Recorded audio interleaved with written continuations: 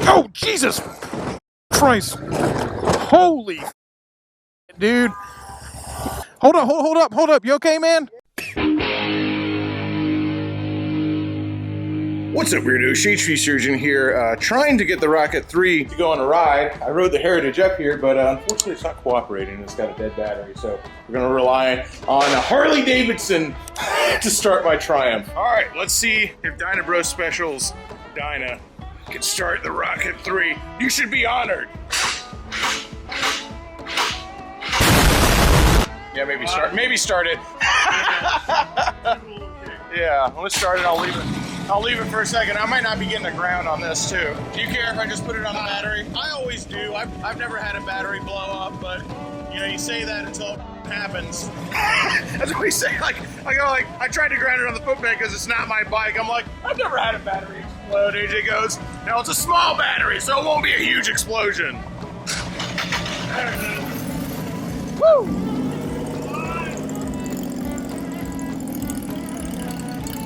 At least you're good for something. So apparently diversity is back to the Shadetree Surgeon channel for all you people who are complaining that all we have is Harley Davidsons, although I do really like AJ's Lowrider. It's not a Lowrider S, but this is just a really, really good looking bike.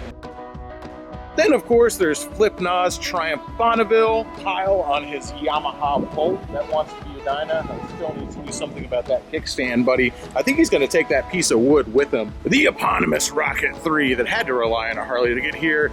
Devon Street Bob. We got a Boulevard. And, of course, a Bonneville T100 that's been in a couple videos before, but has a new owner now. Hell yeah, we got this lot full of air-cooled V-twin crazy bikes. Tough guy, chrome everywhere. And then Jenna's big yellow banana. Like, holy crap, talk about sticking out like a sore thumb. Well, don't y'all look like a bunch of dudes you don't want to meet in a back alley? Did you guys freaking call each other before you got here? It's a really huge power move when you come out and you're just like, yo, what's up, I'm Devin. This is a guy that looks like me. I like to have him around. Feels good to be back out on a group ride on the Rocket 3. I've been riding a little bit here and there on the channel, but being back out on a group ride feels pretty good. Feels good seeing this diversity, seeing all these different motorcycles, Yamaha, Suzuki, Harley Davidson, Triumph, and I mean, that's it. It's Yamaha, Suzuki, Triumph, and Harley. But still, that's pretty good for a group ride. So today, I wanted to talk to you about some YouTube stuff. As a YouTuber, I've been making videos. YouTuber, it sounds so weird to say, but I've been making videos for, holy moly, like coming up on 7 years now? 6 years, 7 years, something like that? It doesn't feel like that long, but it's been a long freaking time, man. And I don't even have 200,000 subscribers. I mean, I know there's been people who've been doing it longer than me who have less than I do, but I've never really had that big break where just subscribers started just dumping in like thousands a day. That just has never happened to me. I've gotten up to about wherever I'm at now, 170,000 some subscribers by releasing regular content that, you know, I think is good. Maybe a lot of people think it sucks, but I think my content is good and some people like it. Basically, I just make the videos that I want to see. So when I make a video, all I think of is like, well, what would I want to watch? And that's the video I make. In my time on YouTube, releasing 2 videos a week for the better part of 6 years, 7 years, whatever it is, I've had exactly 2 videos in that time go viral. When I say viral, I mean receive, you know, millions upon millions of views in a pretty short time. Unfortunately, neither one of them really translated into my channel being gigantic. but I'm going to go ahead and give you my experience and tell you what it's like to actually have a video on YouTube or video anywhere go viral and what that experience is like, if you were wondering. So the first viral video I had was actually a really great experience. It was when my good buddy Taylor Durden's son, Robbie, he led the group of bikers that we were with. We were with a whole bunch of motorcycles, and he led them on his little dirt bike on a ride down 7th Avenue in Ybor City, where I live. And it was really cool, it was really fun, really heartwarming, and Robbie had such a good time, and he still talks about it to this day. Just absolutely loved the experience and is just always excited to show his friends the video. And it was generally really positive. Like, all the comments were really positive and really happy and thought it was really cool. Like, pretty much the only negative comments were like, that's illegal. Like, that's technically illegal. You're not allowed to have him ride that little dirt bike on the street. That's dangerous. To which I say, you know what? I don't think there's enough recklessness being bred into little kids in America these days. So having Robbie lead a whole bunch of bikers down the street on his dirt bike illegally makes me kind of happy. I actually got to do an update video on Robbie, because him and Taylor, his dad, they actually go out all the time to ride dirt bikes. He's got a gas dirt bike now, and he's doing pretty good on it. We'll have to go out and all ride together sometime so you guys can see him. I'm sure a lot of people wonder what he's up to. The second video that I ever had go viral was the car wreck video where that car flipped over next to me and Flip, who's riding behind me right now, flipped over like 3 freaking times while we were stopped waiting for a light. And that was crazy. I mean, that was a really, really wild video. And more than the Robbie video, it's that video that I kind of wanted to talk to you about. Oh, Jesus Christ. Holy dude.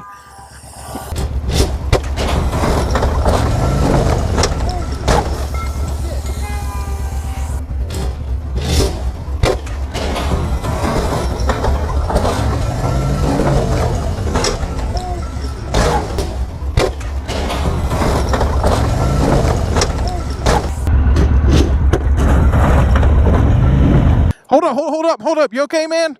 Yeah, I'm straight. All right, don't cut. All right, I'm just making sure you don't cut yourself on that glass, dude. Yeah. Do you have a knife? I can actually cut this open. Yeah. Okay, bro.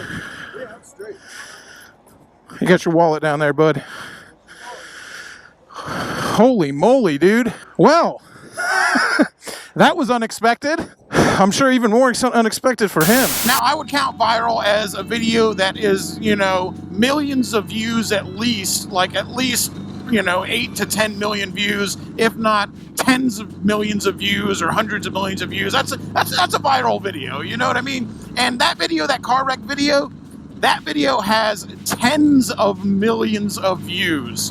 They're just not on my channel. So here's what happens when you have a video go viral. At least now, anyway, in the age of Instagram and short clips on there, especially a short little rec clip like that. Speaking of Flip, there he goes. You can thank him for the third camera angle. What a thing when, like, literally, like, it looks like a stuntman did it. Is this even real life? Car crash happens right next to you, and you happen to have 3 different camera angles. So someone goes, oh, you have a viral video on YouTube. You must have made a ton of money off of that. No. First off, the video, even though the video has tens of millions, if not hundreds of millions of views over the entirety of the internet, on my channel, it only has about 400,000 views. And since it's an under 10-minute long video, I think I made maybe like $50 off of it. I mean, I'm not saying no to that. I'll take the $50, but you know, if you think I made a ton of money off that video, you're wrong. It's fine, which is fine. I'm not crying about it. It is what it is. What happens with a video like that is it pretty much almost immediately gets stolen, essentially. Now, there was a few channels, Moto Madness, Fails and Fights. I know those guys. We've all been doing YouTube together in the kind of motorsports world for a long time. I've known those guys for years. I gave them permission to use it. Those were the only 2 people that I actually gave permission to use the video. Nobody else. Even though if you've seen that video, you might not even know it was me. You've probably seen that video everywhere. I mean, it's literally been on hundreds of different Instagram pages. It's been on hundreds of different YouTube pages. And it's accrued, some of those have done millions and millions of views.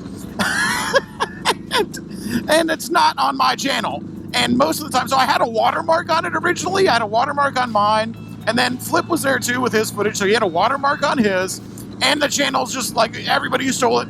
I mean, like, steal it. I can't stop you. So I'm not that upset about somebody stealing it. Like, hey, I can't stop you. I'm not going to cry about it. I'm not going to try to fight it. But dang, adding insult to injury, like every single one of them cut out the watermark. Like every single one was like, nah, I'm gonna cut out that watermark. I'm like, dang, dude, the least you could have done is leave my watermark in. Like, I wasn't gonna fight you on it. And that's what it's like now to have a video go viral.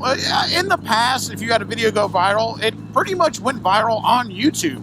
And you was on your channel, like maybe some other channels would steal it too, but it was on YouTube pretty much, period. Now, the way a video really goes viral is on Instagram and Facebook and Twitter. It doesn't go viral from one source. It goes viral from 1,000 other people sharing it, which means you are no longer in control of it. And that is really what it's like. That's what now, with all these people getting filmed out in the wild, just losing their crap and doing crazy stuff, and all of a sudden they lose everything because the video gets shared with no context and nothing going on, and it gets shared in a million different places by a million different people who all have something to say about it.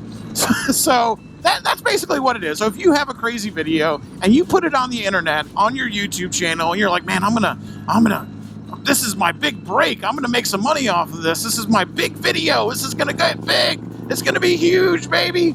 No, it's not. It's gonna be huge on it's going to be huge on the guy's life Instagram. It's going to be huge on a compilation Facebook page. It's not going to be huge on your channel. And it is what it is. You just deal with it. But just know that now in 2020, when you put your content out there, once it's out there, you are no longer in control of it. Because let me tell you, you cannot fight it. You can't fight it. I don't even bother because I've been doing YouTube for a long time. So it doesn't bother me when somebody steals my content, because I already know it's going to happen. Like, I'm just, as soon as I put it out there, I'm like, oh, yeah, like 100 people are going to take this. Like 15 minutes after I put it out, it's going to be on 100 different people's Instagram pages and Facebook pages. And it was. So I just got tagged left and right. And thank you to everybody who tagged me and said, hey, this is Shade Tree Surgeon's video. Check out his YouTube channel. He's got a lot of cool stuff on there. I appreciate that. But I'm also, it's like trying to fight a tsunami. It's like trying to fight a hurricane. If you just can't do it, and if you try, all you're going to do is frustrate yourself. You try to get takedowns and copyright strikes and all this stuff. It's not even worth it. You're just going to be frustrated, and it's a hydra. For every one you get taken down, 10 more will pop up. It's not worth fighting it. So I made a viral video. I filmed me and Flip, by the way. Flip now has a YouTube channel as well. Go check him out. He was there too. He owns this video as well. We made a viral video, or had a viral video, that received tens of millions, if not hundreds of millions of views. And we didn't get diddly squat. Not even a bunch of subscribers. Most of the people who saw it had no idea who we were. Hey, baby, that's just the way she goes. You can either cry about it, or you can hop on your motorcycle and have a good time. Obviously, you guys know which one I've chosen. Why cry about something you can't change when you can have a good time instead? It is what it is. I didn't die. The guy in the car was fine. And I guess what? A bunch of people got entertained by the video, even if they don't know that I do other stuff besides that. They had fun watching it. So I gotta call it a win all around if you're really asking me. And that's why I'm never really trying to create the next viral video. I'm not really in the business of going, what am I going to do next? What video am I going to do next that's going to take off and blow up and be insane? First off, being in a situation on a motorcycle where a video goes viral is usually really dangerous. So I'd like to kind of avoid that. It's usually like wrecks and danger and deer running in front of you. Like, no, thank you, man. I don't want to be in those situations. All I'm trying to do is create good, fun, consistent content on my channel that entertains the people who are subscribed and are my Patreons and who are invested in this channel and like watching my videos twice a week. That's all I'm trying to do. And if you're out there and you want to do YouTube and you're trying to make YouTube videos and you're just obsessed with going like, what's going to be my viral video? What's going to just blow up? Stop. Just stop. Stop thinking about that. Stop making that your goal. And instead of trying to make one home run, one just knock it out of the park insane video, make good, consistent content that's high quality. In other words, make the videos that you want to see. My man on the dark side over here, running the car tire on the Suzuki. Look at that thing turn Although I'll tell you, with the freaking Rocket 3, it feels like I have a car tire back there. Anybody watching, let me know down in the comments if you're on the dark side too with the car tire on the rear of the bike. I know actually a lot of Rocket 3 guys do it, but this thing already handles so bad, I can't imagine making it worse. Oh, would you look at that? Jenna's backpack matches her bike. What's that? I need to fix it. It's all fucking... Ah, who needs mirrors, man? Just take them off. Mirrors are for nerds anyway. Does someone have an exhaust for poor Jenna over here?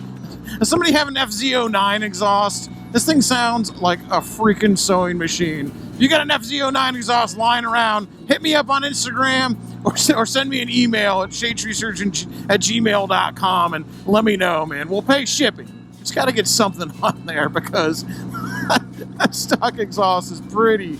It's brutal. It's just not brutal in a good way. So apparently Jenna's the only one who knows where we're going. We've all been riding around and we're like, oh, nobody knows where Mr. Dunderbox is, you know, because in honor of there not being any German bikes here, even though there's English, American, and Japanese, we're gonna go eat some German food.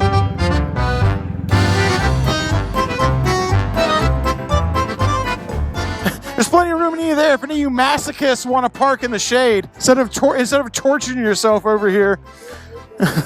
All right, now that we're all safely in the shade, because let me tell you, black bikes in the Florida heat, liable to burst into freaking flames. Serious question, what'd you think about the twin cam 103? He has a twin cam 103 and a Dyna Street Bob versus the 107. Honestly, I wouldn't say my 103 can outrun this. I think it would too. But this is also completely stock. And mine has the intake and exhaust, but I think just the way that this one feels in mine's just a little bit faster. There you have it, straight from Devin. 103 twin cam, all you Milwaukee 8 boys. Devin's over here to take your pinks. You're gonna take a nice cold swig of Topo Chico as he freaking leaves you in the dust. All right, I know Florida has a reputation, and we're probably still gonna catch flack, but we are doing the responsible thing as we go in here to Dunderbox. As responsible as we can be. We're riding around motorcycles at high rates of speed, so it's not exactly the most responsible people on the planet. You know what makes a beer taste even better? When you're the only... Flip. I have feelings. When you're the only person with one. I'm sorry, Devin has one too. That makes it. Yeah, that actually doesn't. Now it doesn't taste as good. All right, so I asked the guy for the craziest mustards they have. I ordered a hot dog because I don't want to get too full. Plus, hot dogs are super hot online right now. Everybody calls them glizzies. Let's do a taste test on this mustard. It's the wildest shit they got. Really? I don't know how to grade it. It's good though. I like it.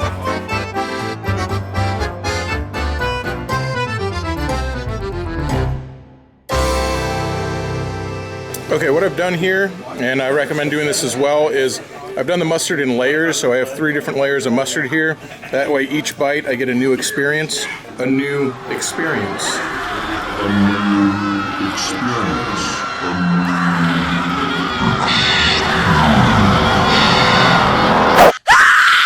So here's the fun thing about having a carbureted bike when you leave your key in it, like Gabe just did. If you had a fuel-injected bike, you'd be up the creek without a paddle. If you have a carbureted bike, you can push start it. Success! That was Gabe's very first time push starting a bike. Well, very first time being on a bike. I guess he didn't push it, he just sat on it. We pushed it. Goddamn thing. Yeah, Gabe, you didn't do nothing, dude. We did all the work. Go us. Yeah. Okay, not only could you not push start this bike because if it had dead battery anyway. Let's hope it starts. Yes. You wouldn't want to. This thing is ridiculously heavy. Push starting to Bonneville though, no problem. We sent all them back. There they go. So they don't get rained on. But me and old Dev here are on a mission of mercy because there's no beer back at Brapstar Garage. That just won't do. All right, me and Bob are fed here. With a precious cargo, 18 pack of Miller Lite between the legs, baby. You know you love it. Unfortunately, the bags on the Heritage are full, so Devin's doing it the old-fashioned way. And sorry to Bert's Harley Davidson, but if I'm going to put an 18 pack of beer on a tank, it's going to be on a bike that I don't own. Sorry, guys. I've been too long since me and Dev were out. He works on the road now. He travels for a living. Or, I mean, he doesn't travel for a living, but he is traveling for his work, so we don't get to do as many videos together as we used to, but I miss them. How can you call yourself a biker if you've never rolled out with a case of beer on the tank? That should be in the motorcycle safety course, okay? They should teach you how to ride around with a case of beer. At least an 18-pack, too. Open it all the way up. The Rocket 3 stays in the AC. All the way. Come on. There we go. Do you think he's going to stay out here with the Sportster? No. All right, our buddy AJ's taking off. Make sure you check him out on Instagram, Dynabro Special. We've been meaning to do a video on this guy. I know it looks like he's drunk when he walks. He's not doing it. Yeah. No, he just rides a dyno. Yeah. No. He actually has cerebral palsy, but he's ridden dirt bikes and motorcycles his whole life. I think that's super cool, and we're gonna do a whole video on that because no excuses. That's right. Catch you later, dude. Later, dude. Be safe. Okay, Gabe came up here on his Triumph with a freaking busted ass shift lever. Gabe, what was on the end of it? You still have it? What you had on the end of your shift lever? You can show the class. Busted ass What he had on. I mean, where there's a will, there's a way. Luckily, yeah, it fit. You know, it worked. He rode it all day. Luckily, we have EN187 actually gave me that shift lever. And that's all for a Z125. So it's black and green on your Triumph, but it's going to be better than what you have if it fits. Yeah, it might not. Thank you, Evil Neil, EN187. The Z125 one did not fit, but we do have one off a Harley, and since we started this, we cannot leave it unfinished. So we're going to very jankily try to cut new threads on this bolt. Give us a 50-50 shot, man. You're just gonna take it off, the threads will just be like mashed together. This tap and die set was like 50 bucks for a $50 tap and die set. I've used this so many freaking times. Moment of truth. Woo! Ta-da! You're going home. Forget it. Cancel that order. Cancel that order. Oh yeah, you gotta. Hell yeah. That's custom too. Dude, I told you you weren't leaving this without a freaking new shifter. Yeah. You can't come up here with a freaking Home Depot piece of crap for your shifter and leave this place. If anybody was wondering, that was donated from a Sportster, and that's why we had to cut threads on it, because it had standard threads instead of metric. And the reason it was here is because of Flip, who, by the way, who got it from Blockhead. So thank you, Blockhead, by proxy, helped you out get a shifter on here. I just want to point out that Flip converted his Sportster to mid controls, and I'm super proud of him for doing that. And it sounds weird, I'm not being patronizing at all, but here's the thing.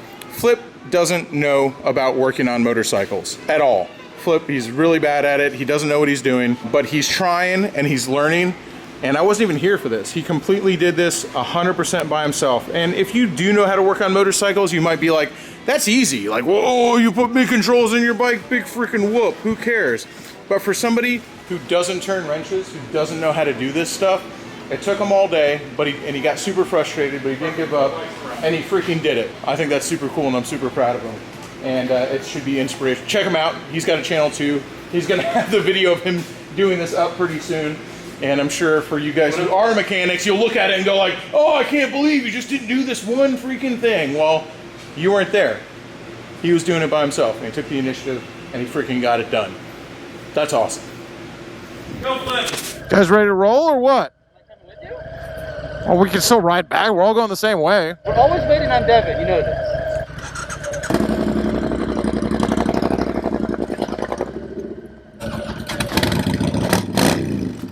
Woo! Gosh, show off. Ah, feels so good to ride by Devin. How awesome. I miss you, buddy.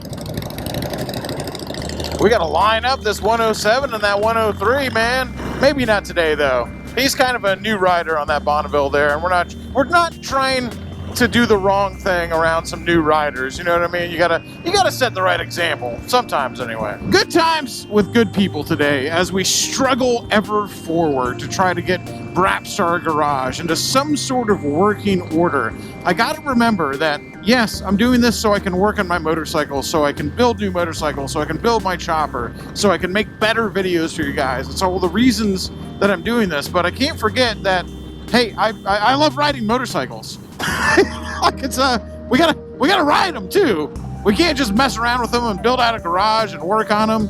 The whole point of this, the whole reason we started all of this stuff is because we love riding motorcycles. So always got to keep that one in mind. Always got to remember that one. Luckily, I don't think that's something I'm in any danger of forgetting. Appreciate you guys tuning in. Make sure to leave a like on the video for me. Leave me a comment. Let me know what you thought of it. Make sure you subscribe too. It really helps a lot. If you really want to go above and beyond, hit that bell notification, because I do release twice a week, and I get people who say to me that they're like, you haven't uploaded in months, and they have no idea that I have regular content coming out all the time. Appreciate you guys. Until next time, keep it weird, y'all.